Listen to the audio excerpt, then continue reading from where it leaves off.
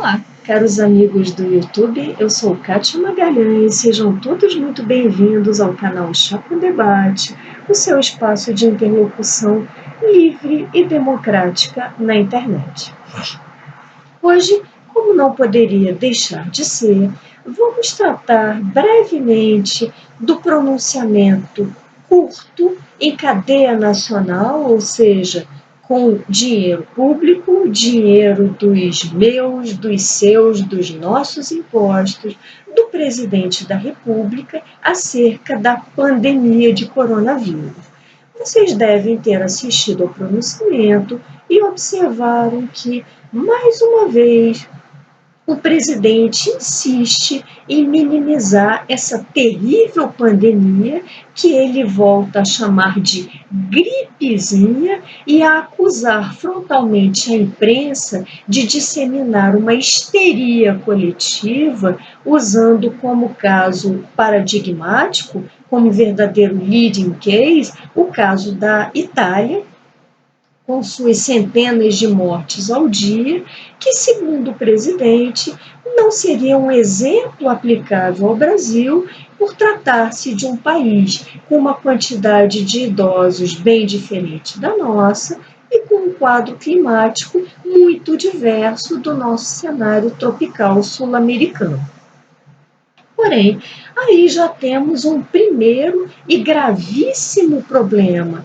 Ao atuar dessa forma, com esses dizeres completamente contrários a todos os achados científicos internacionais, os dados epidemiológicos das principais potências do mundo, o presidente, antes de mais nada, desautoriza a sua equipe técnica, a sua pasta da saúde, na pessoa dos técnicos, a saber, do ministro Mandetta e de todos os seus assessores, que não cansam de expor-se em público, de prestar todos os esclarecimentos possíveis a uma população bastante assustada e com razão, que vê a proliferação de número de casos ao seu redor, na sua vizinhança, a proliferação de mortes, sobretudo em cidades como, por exemplo, a nossa, o Rio de Janeiro,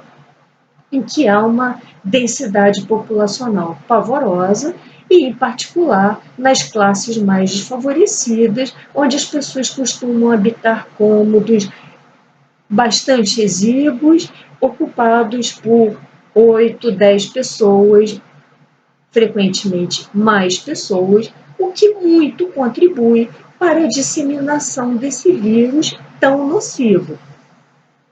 Contudo, enxergamos aí a pior face do presidente da República, sobretudo a sua total incapacidade como gestor, já que me parece que a primeira norma de um gestor é não contrariar, muito menos em público, os posicionamentos dos seus subordinados ocupantes de pastas técnicas, como é o caso do ministro da Saúde, que dispõe de elementos de conhecimento científico que o presidente não possui. O presidente não é um técnico da área de saúde, um profissional de saúde, jamais foi, jamais teve a pretensão de sê-lo.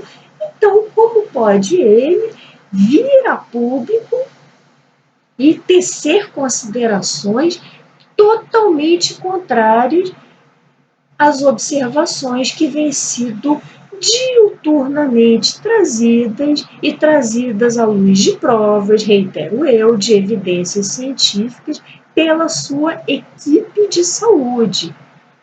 Isso mostra um governo desnorteado, onde o presidente não consegue acatar a posição do técnico, a saber, do ministro da Saúde, e completamente enceguecido, completamente entorpecido na sua vaidade, não aceita que um técnico baseado em achados científicos possa ter um posicionamento diferente do dele, que esse sim é baseado em meros achismos, especulações e nos seus devaneios que têm se tornado cada vez mais habituais.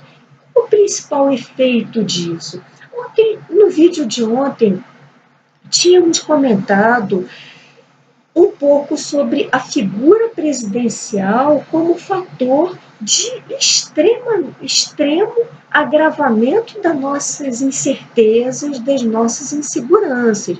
E hoje, essa fala presidencial só vem a corroborar os nossos argumentos de ontem. Ou seja, o cidadão comum, diante de constantes manifestações dos técnicos da saúde, dos técnicos da pasta, em confronto com as observações completamente fantasiosas de um presidente que, na sua pretensão, na sua vaidade, não consegue aceitar a opinião de técnicos, essa população se vê desnorteada. Em outras palavras, não sabe em quem acreditar. Se no chefe supremo da nação, no primeiro mandatário da nação, ou se nos técnicos da saúde.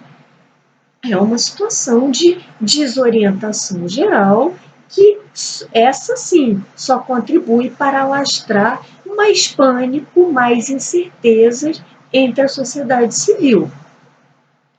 E, durante a sua fala, o presidente, por várias vezes, conclama a população a deixar o isolamento social, a deixar a situação de confinamento em que se encontra, sob o argumento, até bastante louvável, da derrocada na economia.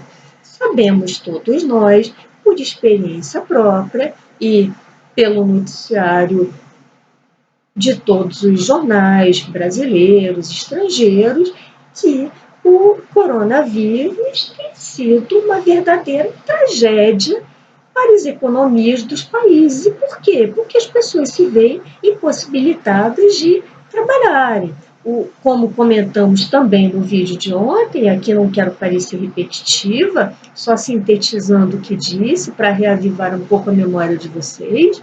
De um lado, os trabalhadores não conseguem oferir o seu ganha-pão, já que se encontram impossibilitados de circularem devido a um enorme risco de disseminação do vírus, enquanto que, por outro lado, os empregadores, os empresários, se veem à beira da ruína, à beira da falência, numa situação concreta de desespero, pois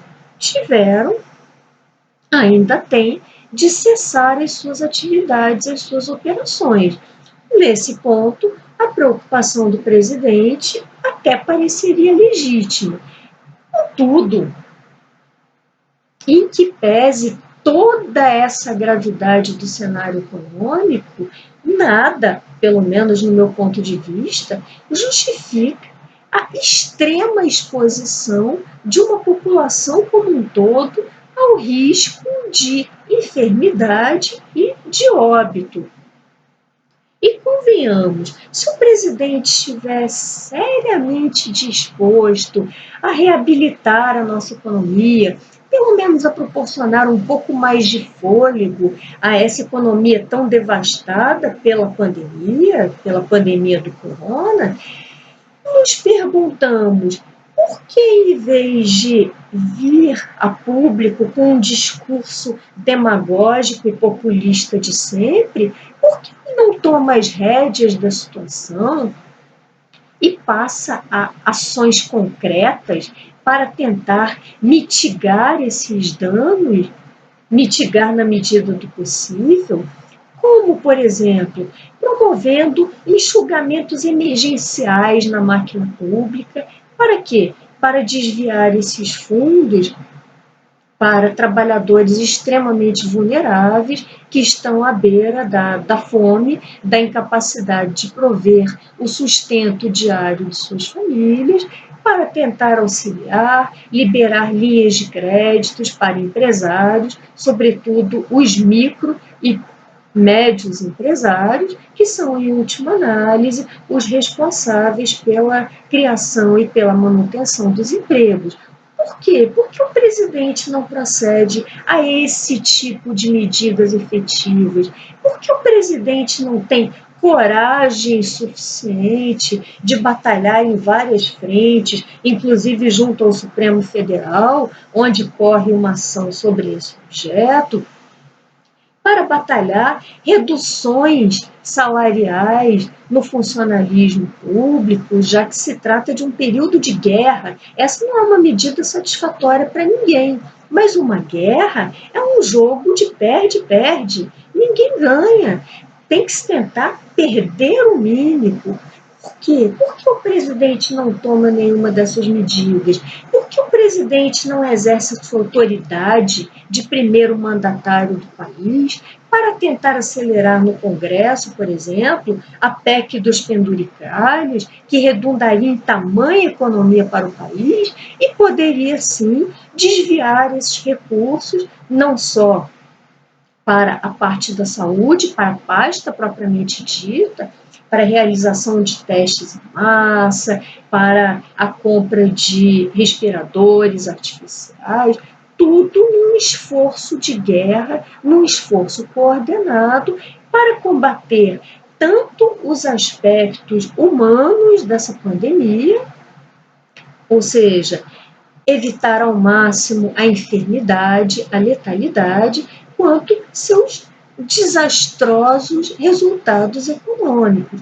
Por quê? Porque ele sabe usar de tanta verborragia, tanto populismo, e em momentos de agir como um governante sério e, inclusive, enfrentar corporações bem poderosas, por que ele parece tão tímido, tão recatado? Vocês já se fizeram essa pergunta? Esse é o retrato de um governante desvairado, que nada mais faz além de nos jogar no mar de incertezas crescentes a cada dia. E, por fim, e esse é até o mote desse vídeo, não podemos deixar de mencionar a fala do presidente no trecho em que ele, mais uma vez, exercendo o seu esporte, o seu hobby favorito, ataca frontalmente a imprensa e a acusa de disseminar histeria na população, de deixar a população em pânico. Observem, esse substantivo histeria parece ser bem do gosto presidencial. Não é a primeira vez que ele classifica a repercussão da pandemia de corona como uma verdadeira histeria coletiva, e hoje ele torna o seu fetiche em relação à histeria.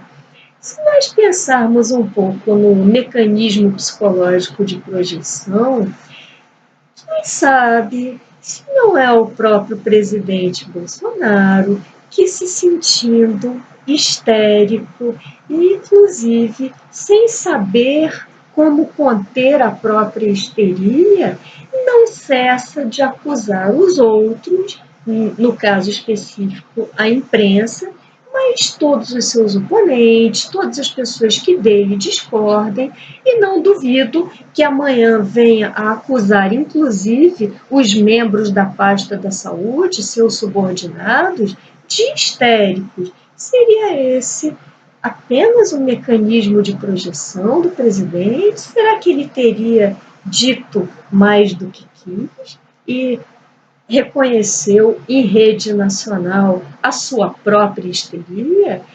E aí fica o nosso repúdio a essa fala vazia, a essa fala populista, a essa fala contrária a dados científicos e epidemiológicos, uma fala que pode custar milhões de vidas na nossa população, numa população já tão abatida por enormes incertezas, pela crise econômica avassaladora e que precisa de qualquer coisa menos de um presidente tão irresponsável, tão vaidoso e tão histérico como ele mesmo pode ter admitido diante dos holofotes.